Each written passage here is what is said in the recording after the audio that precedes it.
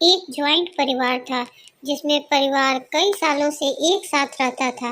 इस परिवार में कुल 3 पीढ़ियां बसा करती थी। लोग इनकी एकता की मिसालें दिया करते थे, लेकिन नई बहू के इस परिवार में दाखिल होने से इनकी शांति में कमी आ चुकी थी, क्योंकि नई बहू इनके पुराने विचारों को पसंद नहीं करती थी और इनके बताए किसी भी रास्ते पर चलने या उसे मानने से इनकार कर देती थी।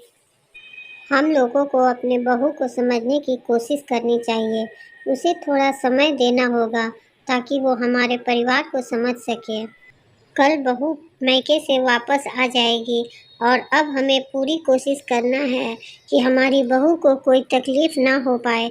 इसका हमें पूरे अच्छे से ध्यान रखना होगा। बहू को काफ़ी जल्दी गुस्सा आ जाता है, हमें उसे शांत रखना होगा। मैं तुम्हारे साथ घर चलने के लिए तैयार हूँ, लेकिन मुझे ये बिल्कुल पसंद नहीं कि इतने छोटे घर में इतने सारे लोग एक साथ रहें। अरे बहू, तुम आ गई हो। देखो तो हम सब ने मिलकर तुम्हारे लिए कितना अच्छा नाश्ता तैयार करके रखा है। आओ हम सब मिलकर एक साथ खाएंगे। नहीं माँ जी, इसकी कोई ज़रूरत नहीं। मैं आप लोगों के साथ खाना नहीं खा सकती। मैं अपना खाना अपने पति के साथ अपने कमरे में ही खाऊंगी। पति के इतना समझाने के बाद भी गीता ने उसकी बात नहीं मानी, तो पति गुस्सा होकर निकल गया। देखो बहू, आखिर तुम्हें किस बात से परेशानी होती है? माना कि हम सब पुराने ख्याल के हैं, लेकिन हम सब तो पूरे तुम्हारी बात मानने की कोशिश करते हैं। तुम भी तो थोड़ा एडजस्ट करो। तुम छोटी छोटी बातों पर गुस्सा हो जाती हो। आखिर इसकी क्या वजह है? क्या तुम हमारे साथ रहना नहीं चाहती? इतना समझाने के बाद भी सबने देखा कि बहू पर इसका कोई असर नहीं हो रहा है, तो चुपचाप वहां से निकल गए।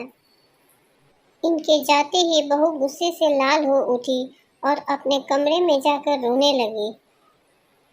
ये मुझे क्या हो रहा है? मैं क्यों ऐसे होती जा रही हूँ? मुझे कुछ समझ नहीं आ रहा है।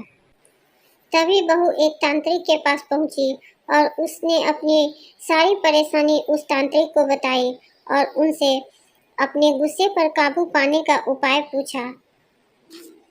तांत्रिक चुपचाप उसकी बातों को ध्यान से सुन रहा था और सारी बातें सुनने के बाद तांत्रिक ने कहा, मैं तुम्हें एक शीशी देता हूँ।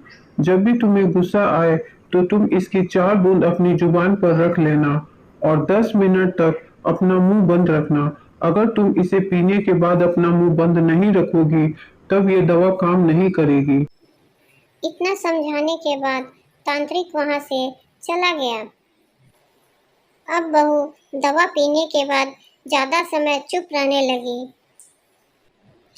देखो तो सही, अब हमारी बहू हमारे रंग में ढलने लगी है और वो हमारे किसी भी बात का बुरा नहीं मानती।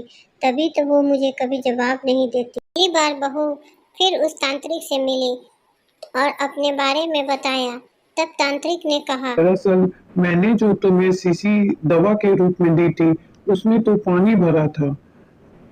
तुम्हारा गुस्सा किसी दवा से नहीं बल्कि शांत रहने से कम हुआ है। अरे बहू, हमें माफ़ कर दो। हमारी वजह से तुम्हें परेशानी हुई, लेकिन हम भी तुम्हें अपने समान अपने परिवार में एक हिस्सा मानते हैं और तुम हमारी सबसे अच्छी बहू हो।